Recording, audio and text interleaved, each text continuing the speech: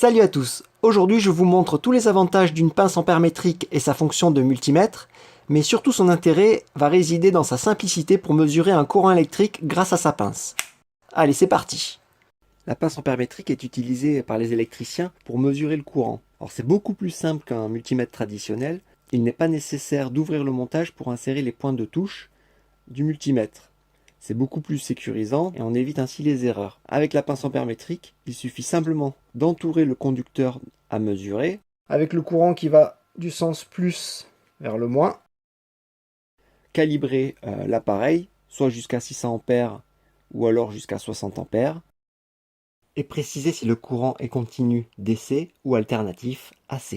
Et ainsi le courant est mesuré. On va également pouvoir mesurer une tension allant jusqu'à 600 volts maximum, et ce soit en continu ou en alternatif. Par contre, on va utiliser les pointes de touche, ici, que l'on va connecter sur les bornes en bas. Input, on utilisera la pointe de touche rouge, et le COM, ici, on utilisera la pointe de touche noire. La pince permet de mesurer la fréquence d'un signal, toujours avec les pointes de touche. Cette fréquence, on peut mesurer donc en Hertz et on peut mesurer également le rapport cyclique. On a la fonction du multimètre continuité ou la mesure de la résistance dont l'unité est ohm, affichée ici méga-ohm. La fonction continuité avec le beeper, donc toujours en utilisant les pointes de touche.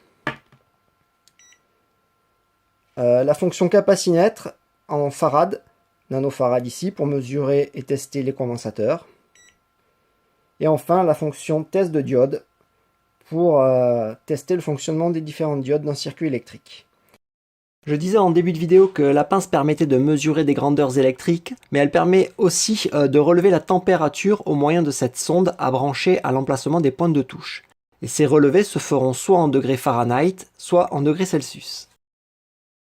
La pince permet également de détecter la présence de tension alternative sans contact. Donc il suffit de positionner la pince à proximité d'un conduit électrique ou d'un appareil afin de détecter la présence ou non de tension. On va utiliser la pince pour mesurer une intensité, donc un courant. Le courant qui passe dans ce contacteur sur la phase pour alimenter un moteur. Donc je calibre la pince sur 60 ampères et sur le calibre AC. Voilà, donc là on est en alternatif. Je vais positionner ma pince sur la phase. On prend bien un seul conducteur, avec la polarité, le courant qui descend, donc qui passe dans la pince. Et je mets en marche la pompe.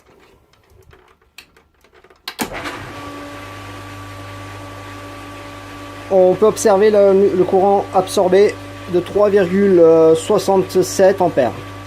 Le courant absorbé par le moteur. J'arrête la pompe. Le courant redescend à 0 ampères. J'ai utilisé la pince multifonction pour mesurer la tension d'alimentation sur ce différentiel. Donc en amont et en aval. Je vérifie que j'ai bien 230 volts. Pour cela, il est nécessaire d'utiliser les pointes de touche. Donc le COM, on va y mettre la pointe de touche noire, le fil noir. Et sur Input, on y met le fil rouge. Je calibre la pince sur voltmètre. Voltmètre alternatif, puisqu'on est sur un circuit alternatif. Voilà. Bon, il n'y a pas d'importance au niveau des couleurs, mais bon, je respecte. Je vais mettre la pointe de touche noire sur le neutre et la pointe de touche rouge sur la phase. Je mesure une tension de 228 volts. Ça évolue un petit peu. C'est la tension en amont du différentiel. Je vais regarder maintenant la tension en aval. J'ai également 228 volts. Si j'ouvre le différentiel,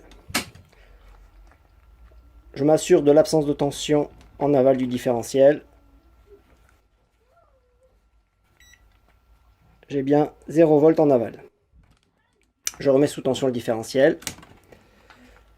Je vais maintenant mesurer la fréquence, donc la fréquence du signal en entrée du différentiel.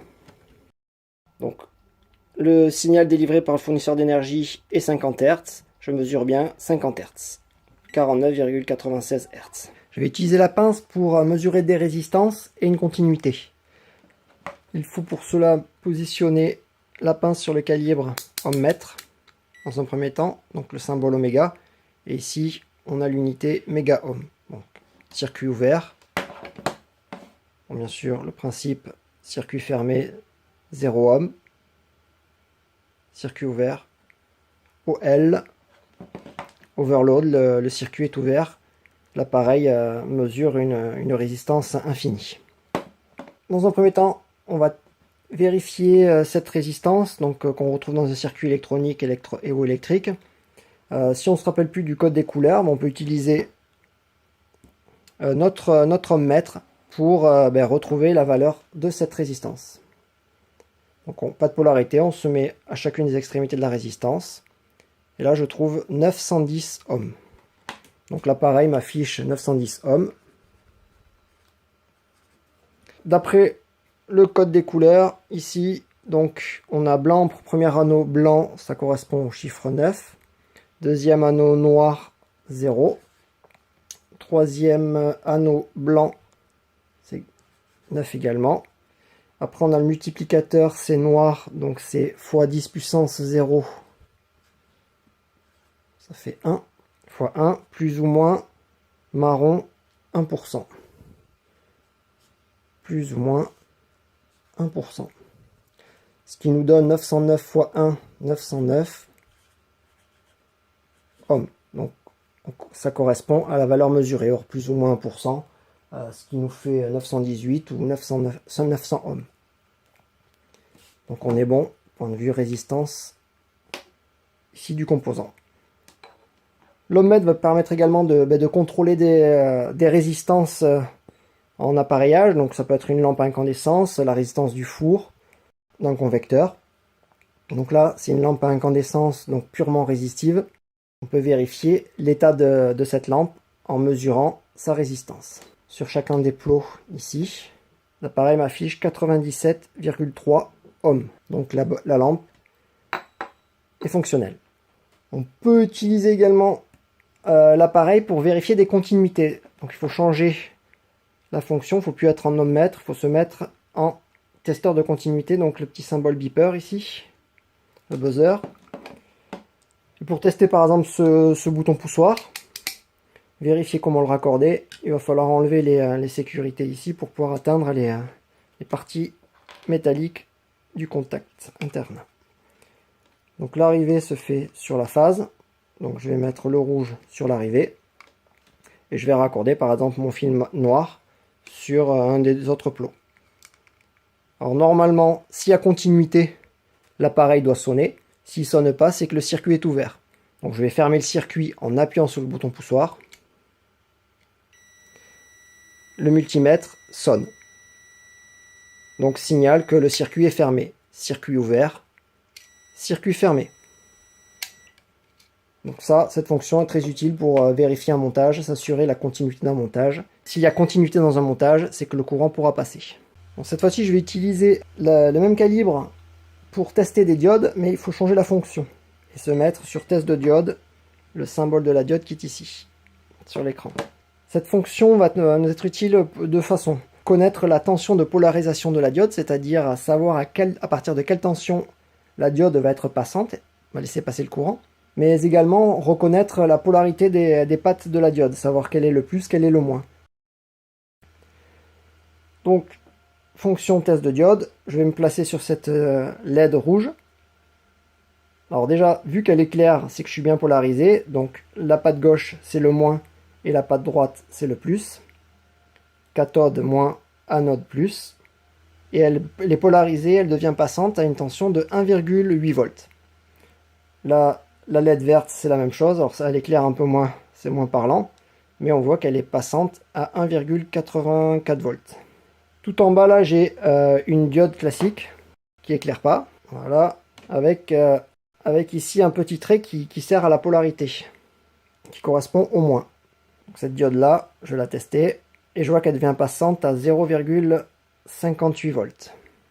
Donc je sais que la patte moins, elle est ici, la cathode, et la patte plus, elle est là, c'est l'anode.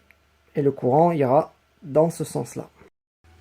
Pour utiliser la pince afin de détecter la présence de tension sans contact, il faut positionner le curseur sur n'importe quel calibre et appuyer 2 secondes sur le bouton NCV.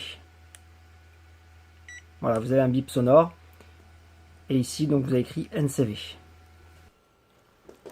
Concernant cette fonction, elle est efficace pour détecter la présence de tension dangereuse sur de l'appareillage, comme par exemple sur cette prise ou bien cet interrupteur. La pince permet également de dissocier la phase du neutre lorsque les couleurs des conducteurs ne sont pas respectées. Par contre, je déconseille d'utiliser cette fonction pour rechercher le passage des canalisations électriques encastrées, car elle n'est pas assez sensible pour traverser les cloisons et détecter les conduits intérieurs. On va utiliser la pince multifonction pour mesurer la capacité de ce condensateur. Donc, je vais commencer par le sortir. Donc, dans un premier temps, je déconnecte le condensateur.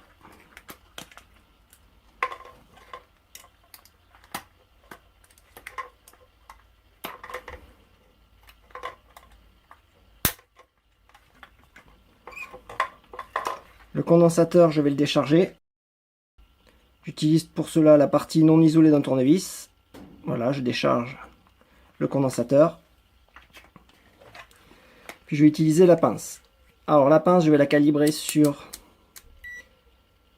le symbole capacité ici, donc condensateur. Et je vais calibrer sur farad. Donc nanofarad ici, NF. Il n'y a pas de polarité, je vais utiliser les 2 points de touche sur chacune des extrémités du condensateur. Et je mesure 28,22 microfarads. Sachant que la capacité de ce condensateur est entre 30 microfarads, plus ou moins 10%. Donc on est bon. Voilà, je viens de vous présenter les principales fonctions de cette pince Kewitz. Si elle vous intéresse, retrouvez le lien dans le descriptif de la vidéo. Je vous dis à bientôt pour une prochaine vidéo.